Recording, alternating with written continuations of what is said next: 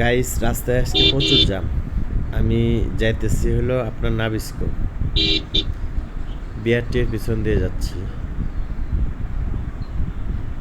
এখান থেকে মিরপুর 10 নম্বর পর্যন্ত প্রচুর পরিমাণে জ্যাম।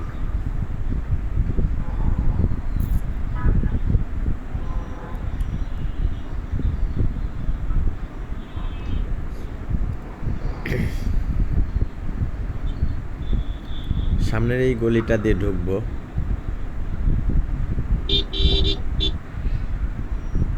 ওদিকে আপনার কাজীপাড়া দিয়ে বের হব। তো এখানে দেখছি প্রচুর পরিমাণে জ্যাম।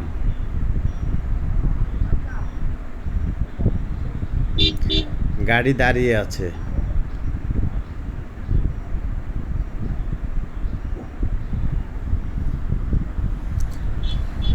ভাই গাড়িটা নিয়ে এখানে দাঁড়িয়ে আছে, সামনে মনে হয় একটা গাড়ি পার হইতেছে, এই কারণে জ্যাম।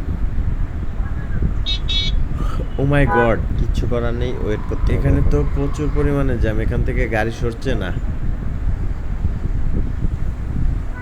পিছনে সামনে সব জায়গায় জ্যাম। এই গাড়িটা খুব ডিস্টার্ব করলো, একটু ফাঁকা রাখলে আমি বের হয়ে যেতে পারতাম। ঢাকা শহরের সবচেয়ে বিরক্তিকর কারণটাই হচ্ছে জ্যাম। এই জ্যামের কারণে জীবন অতিষ্ঠ হয়ে যায়।